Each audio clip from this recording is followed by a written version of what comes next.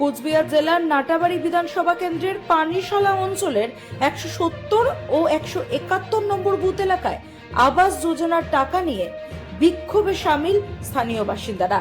অভিযোগ, আবাস যোজনার জন্য আবেদন করতে গিয়ে বহু উপভোক্তা জানতে পারেন যে তাদের নামে জব কার্ডের মাধ্যমে টাকা বরাদ্দ দেখানো হলেও সেই টাকা অন্যের ব্যাংক অ্যাকাউন্টে চলে গেছে। এই ঘটনায় ক্ষুব্ধ গ্রামবাসীরা প্রাক্তন উপপ্রধান আলেমা বেগম, অঞ্চল সভাপতি খবির উদ্দিন মিয়া, বুথ কমিটির সদস্য জহুরুল মিয়া, মুক্তুল মিয়া ও জাহাঙ্গীর মিয়ার বাড়ির সামনে বিক্ষোভ প্রদর্শন করেন। ঘটনার সুষ্ঠু তদন্ত এবং প্রকৃত দোষীদের বিরুদ্ধে কঠোর ব্যবস্থা নেওয়ার দাবি তুলেছেন স্থানীয় বাসিন্দারা। Bureau report, রাতদিন news network. আপনারা কেন বিক্ষোভ দেখাচ্ছেন? আমাদের যে ঘরের কাটমানির যে আছে 170-71 নম্বর বুথের ঘরগুলো যে আসছে পানিশালা অঞ্চলের সব ঘর চলে গেছে। আমাদের হলো নটুয়ার পার, ধুলুয়াবাড়ি, তারপর ঘিঘির ঘাট, পানিশালা চলে গেছে। তারপর হলো তোমাদের এর জন্যে আমরা বিক্ষোভ দেখাচ্ছি।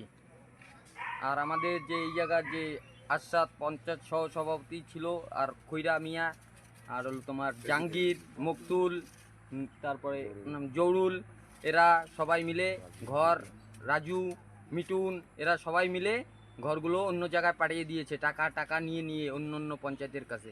এর জন্যে আমরা বিক্ষোভ জানাচ্ছি। আর আমাদের যে বিক্ষোভ জানার ব্যাপারটা হলো, আমাদের এই জায়গার লোক ঘর পাচ্ছে না, এই জন্য বিক্ষোভ করছে। এই জায়গায় এর জন্য দাঁড়িয়ে আছি আমরা সবাই। আপনাদের বিক্ষোভ কতক্ষণ চলবে?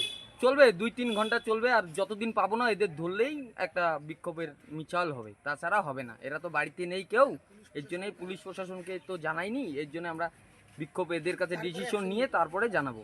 আপনার নাম? বিপ্লব কুণ্ডু, কালীঘাট বুথের আমি 171 নম্বর পার্টের বিজিবি।